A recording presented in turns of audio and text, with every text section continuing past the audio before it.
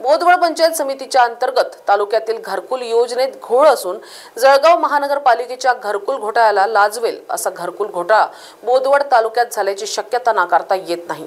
याचे जिवंत उदाहरण म्हणजेच शिरसाळा येथे गरजू पात्र वंचित लाभार्थींना डावलून पक्के घरवाल्यांवर बजरंगबलीची छाया झाल्याचा प्रकार दिसून येतो आहे। शिरसाळा मारुती येथे घरकुल योजनेसाठी 90 लाभार्थ्यांनी घराची मागणी केली होती।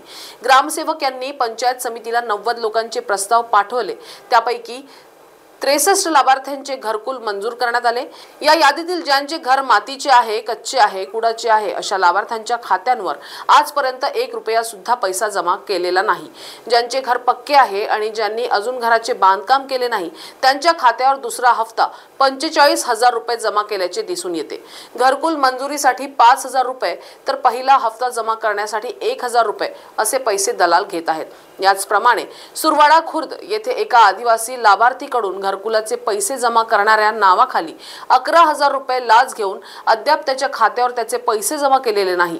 हे पैसे लाभार्थ्यांनी व्याजाने काढून दिलेले आहे। जीवन पाटील गृहनिर्माण अभियंता अजून 2,000 रुपये मागणीसाठी लाभार्थ्याच्या घरी मागणीसाठी आला होता असे लाभार्थी रमेश पारधी यांनी बोलताना सांगितले। आचारसंहितेच्या नावाखाली लाभार्थ्याची खात्यावर पैसे जमा करण्यासाठी जो पैसे देईल त्याच्या खात्यावर बांधकाम न करता दुसऱ्या हप्त्याची रक्कम जमा करीत आहेत। एकाच घरावर 4-4, 5-5 लाभार्थ्यांचे फोटो काढून तेच फोटो गृहनिर्माण अभियंता अपलोड करीत आहेत। एकंदरीत या घरकुल घोटाळ्यामध्ये कोण कोण सहभागी आहे याचा शोध गट विकास अधिकारी याचा शोध घेतील का आणि ज्या लाभार्थ्यांच्या अद्याप पहिला हप्ता जमा केला नाही त्या खात्यांवर लवकर पैसा जमा होतील का असे प्रश्न उपस्थित होत आहे।